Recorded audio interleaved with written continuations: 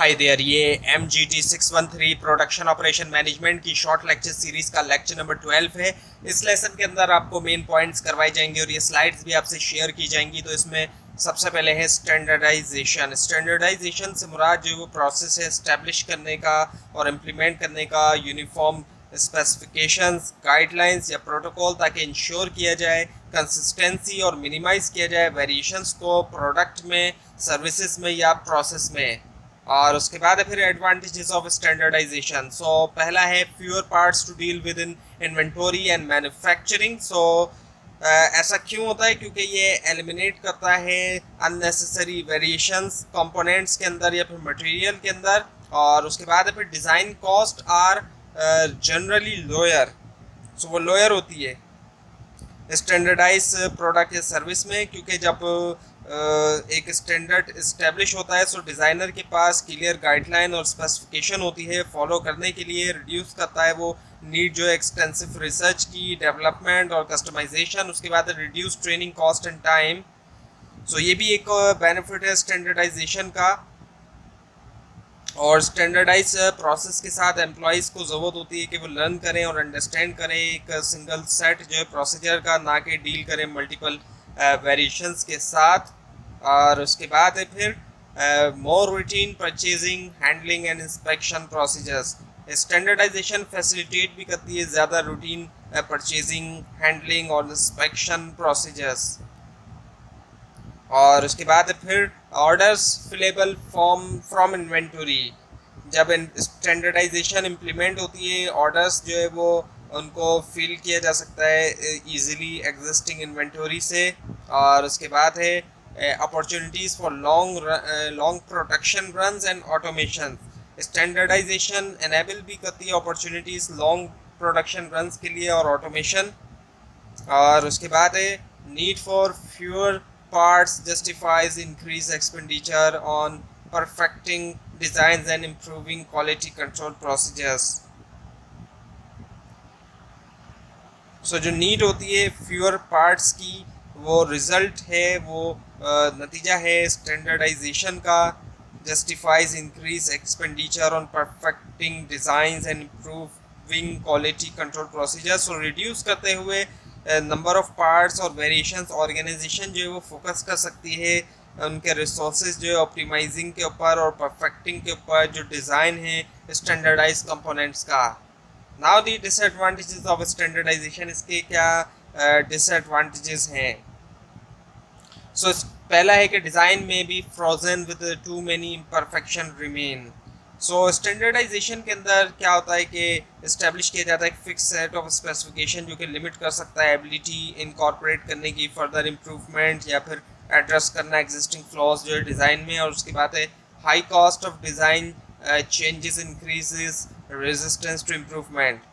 सो high cost जो होती है डिज़ाइन चेंजेस की, वो एसोसिएट होती है, जुड़ी होती है स्टैंडर्डाइजेशन के साथ। वो क्रिएट कर सकती है रेजिस्टेंस इम्प्रूवमेंट करने के अंदर, क्योंकि स्टैंडर्डाइजेशन का एम होता है मिनिमाइज करना वेरिएशंस को। और जो कोई भी चेंजेस जो होती है स्टैंडर्डाइज डिज़ाइन की, वो रिपल इफेक्ट हो सकता है उसका throughout the production process. उसके बाद है स्टैंडर्डाइजेशन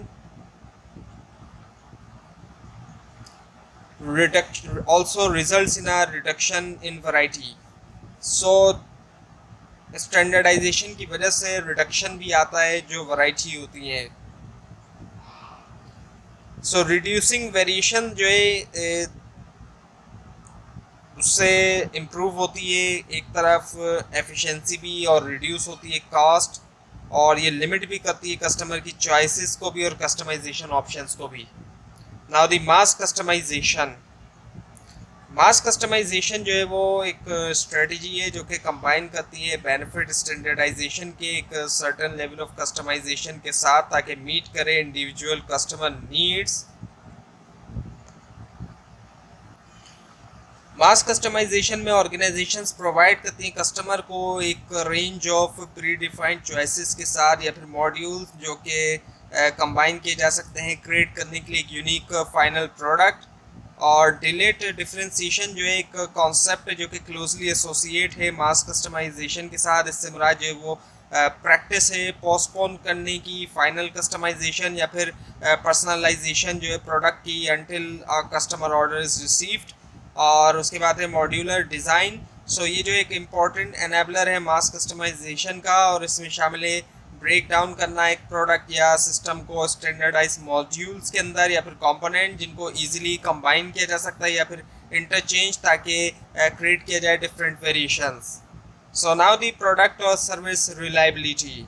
सो पहला है इसमें रिलायबिलिटी। रिलायबिलिटी से मुराद एबिलिटी होती है एक प्रोडक्ट की, पार्ट की या फिर सिस्टम, ताकि वो परफॉर्म करें उसका इंटेंडेड फंक्शन कंसिस्टेंटली भी और without failure under a prescribe set of conditions. और उसके बाद फेलियर। सो फेलियर जो है दूसरी तरफ ये होता है जब एक प्रोडक्ट, पार्ट या सिस्टम जो है वो परफॉर्म नहीं करता जैसा उसको करना चाहिए या फिर पूरा नहीं करता specific requirement.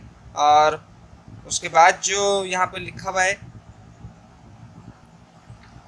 Normal operating conditions. सो असेस करने के लिए और क्वांटिफाई करना रिलायबिलिटी एसेंशियल होता है कि डिफाइन किया जाए नॉर्मल ऑपरेटिंग कंडीशन, और ये कंडीशंस रिप्रेजेंट करती हैं स्पेसिफिक एनवायरनमेंट, यूजेज पैरामीटर और other factor under which the reliability of an item is specified. So now the improving reliability. इसमें सबसे पहले है कंपोनेंट डिज़ाइन, और इसमें जो है वो शामिल है डिज़ाइन करना इंडिविजुअल कंपोनेंट जो एक प्रोडक्ट के to be robust, durable and able to withstand the expected operating condition. और उसके बाद फिर testing. Rigorous testing procedure essential होते हैं आइडेंटिफाई करने के लिए पोटेंशियल वीकनेस या फिर फेलियर पॉइंट जो एक प्रोडक्ट के अंदर या फिर सिस्टम। और उसके बाद प्रोडक्शन और असेंबली टेक्निक्स। सो यूटिलाइज करना इफेक्टिव प्रोडक्शन और असेंबली टेक्निक क्रूशल होता है मेंटेन करने के लिए कंसिस्टेंसी और quality through out the manufacturing process. और उसके बाद है preventive maintenance procedure.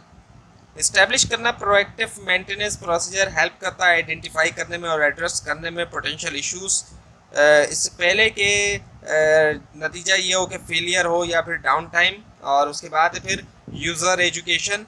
User education जो है प्रॉपर प्रोडक्ट हैंडलिंग के ऊपर ऑपरेशन और मेंटेनेंस, ये जो है वो वाइटल है रिलायबिलिटी के लिए। और उसके बाद फिर सिस्टम डिज़ाइन। सो कंसिडर करना रिलायबिलिटी सिस्टम डिज़ाइन फेस के दरमियान। इसमें शामिल है डिज़ाइन करना ओवरऑल आर्किटेक्चर, इंटरकनेक्शन, रिडंडेंसी और फेल सेफ मैकेनिज्म, ताकि एनहेंस किया जाए सिस्टम रिलायबिलिटी।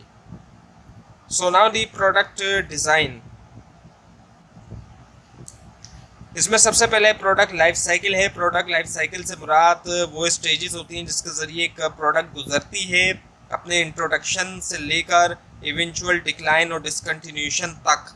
और उसके बाद रोबस्ट डिज़ाइन, जिसका एम होता है ऐसी प्रोडक्ट क्रिएट करना जो कि परफॉर्म कर सके कंसिस्टेंटली भी और रिलायबल भी under a range of real world condition, including जो वेरिएशंस है मटेरियल में, मैन्युफैक्चरिंग प्रोसेस और यूज़र इन्वायरमेंट्स।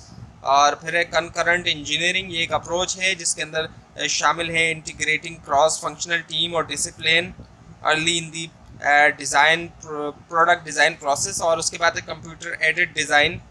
ये यूटिलाइज कंप्यूटर एडेड डिज़ाइन जो वो यूटिलाइज करता है स्पेशलाइज्ड सॉफ्टवेयर और टूल, ताकि असिस्ट करे क्रिएशन में, मॉडिफिकेशन, एनालिसिस और जो विजुअलाइजेशन है प्रोडक्ट डिज़ाइन की। और उसके बाद है मॉड्यूलर डिज़ाइन। इसमें शामिल है ब्रेक डाउन करना एक प्रोडक्ट को स्टैंडर्डाइज और इंटरचेंजेबल मॉड्यूल्स में या फिर कंपोनेंट्स। और उसके बाद है लाइफ साइकिल ऑफ प्रोडक्ट्स और सर्विसेज।